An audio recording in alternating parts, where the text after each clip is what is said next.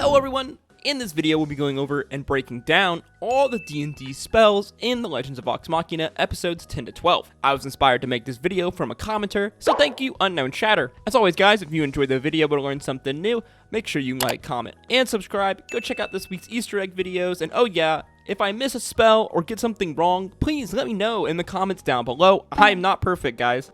Okay, let's get into it. We begin at the intro of episode 10. Vox Machina has made their way through an underground passage where they now reside in the dungeon under Whitestone. Percy recognizes a prisoner there as Anna Ripley, the cruel inventor who tortured Percy and his sister Cassandra. Ike, worried about Percy, examines the contents of his soul. This spell being cast here is Greater Restoration. In the campaign, Percy, in addition to his freaky smoke demon, is also suffering from a mechanic known as corruption. Pike, when casting the spell, removes some of the corruption from his body. We can also see that indeed his soul was tainted with something dark. Vox Machina descends down into the crypts of the derolo family, where they're ambushed by a number of undead derolos. Pike uses Turn Undead, instantly blowing one of the skeletons to pieces.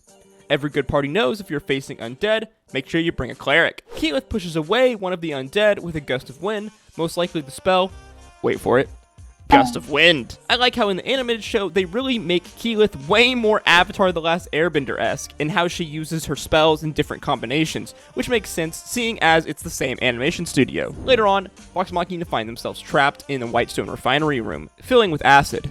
Vax is charmed by Silas. This is an innate charm person ability strong vampires possess, which functions very similar to the charm person spell.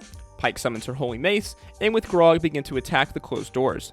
In the campaign, she has an actual physical magical mace called the Mace of Disruption, so I think this spell is a play on spiritual weapon, which in D&D allows the player to summon a floating spectral weapon.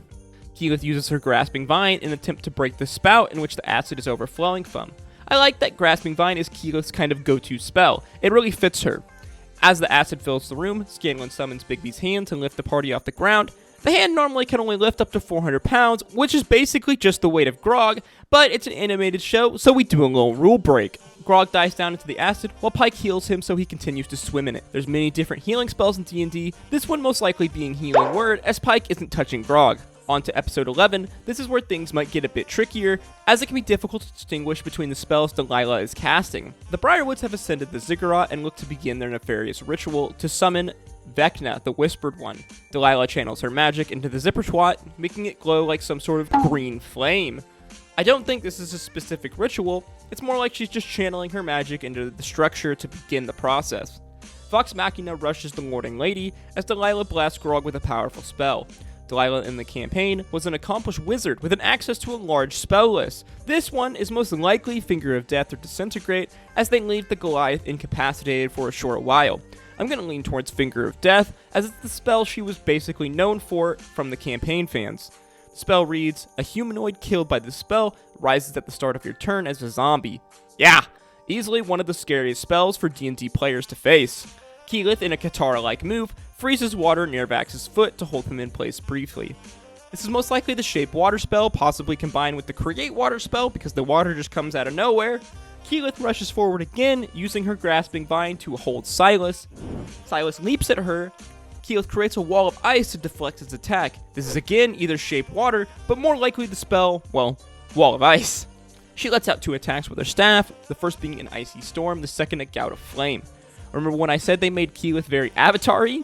The ice is most likely Cone of Cold, where the caster summons, you guessed it, a Cone of Cold. The fire attack is probably Flame Blade, a spell in which one summons a flaming blade to hit their enemies with. I could be wrong about these too, but they're so small and quick, it's kind of hard to determine what exactly there is, and there's only so many ice spells in D&D. Next, Keyleth manipulates her vines into a buckler shield, blocking one of Silas's punch-ins. Again, most likely an artistic take on Grasping Vine, possibly Druidcraft. A shimmering yellow shield appears before Keyleth. This is Pike's Shield of Faith, which in D&D is used to increase a creature's armor class, making them harder to hit. She runs forward, summoning her mace again, and firing a blast of light. This is most likely the spell Guiding Bolt, which if hit, allows the next attack on that creature to gain advantage, making it easier to hit. Pike and Silas engage in their epic battle. Scanlan attempts to cast a spell, but finds he cannot speak. Lady Briarwood has cast a spell on him, the spell most likely being 2 possibilities. The silent spell, seeing as Scanlan struggles to speak, and Delilah holds a finger to her mouth, or Counterspell. It seems like they want you to associate the spell with silence by Delilah's actions here and Scanlan being unable to speak.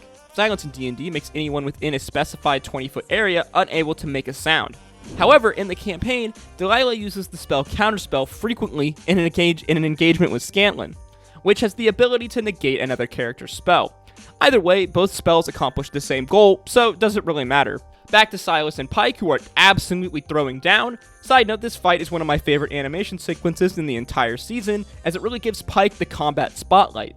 Pike casts more spells, one looking a little bit different, kind of like lightning bolts emitting from her mace, but in her yellow color. It's possible this is just guiding bolts again, or maybe some kind of function of her Mace of Disruption. It's hard to know because Pike only has so many offensive spells, so it really limits the choices.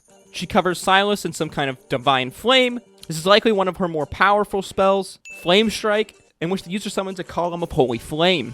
Until I see something more unique from Delilah, I just kind of assume that most of her spells, unless extremely obvious, I just kind of assume all of her offensive spells are either Finger of Death or Disintegrate, as there's not a ton of distinction in the animation sometimes to really make it out. Keyleth, channeling the power of the Sun Tree, casts the spell Sunbeam, which allows her to channel the power of the sun into a powerful beam. Extremely handy when dealing with vampires. Pike, in a Dragon Ball Z type moment, casts a powerful beam which collides with Delilah's spells, creating a standoff. Again, Pike in the campaign only has access to so many offensive spells, so while it's kind of boring, I'm just gonna keep on assuming this is Guiding Bolt just being cast at a higher level. Delilah retreats into the Diggerot, attempting to start the ritual to summon Vecna. She turns as the party enters, casting Finger of Death at Vex. This one is definitely Finger of Death for sure. Keyleth steps in front, sacrificing herself. In the campaign, during this fight, Delilah actually casts Finger of Death on Vex, which hits her, nearly killing her outright. She was lucky enough to survive on 1 HP, because if she didn't, she would have been reborn as a zombie. Finally, to episode 12, Vox Machina, after defeating the Briarwoods, come face to face with Percy's inner demon, Orthax. The group does battle with Orthax as they try to save their friend. Ganglet again uses Bigby's hand repeatedly in this fight to save their party members. Once Orthax is defeated, the group need a quick way to travel back to Emon. Keyleth, in her classic awkward fashion, explains she has a spell which allows her to travel between trees she is familiar with. The spell is Transport via plants, which does exactly what you think it does. In the campaign, Keyleth's player Marisha would often confuse this spell with another spell, Tree Stride.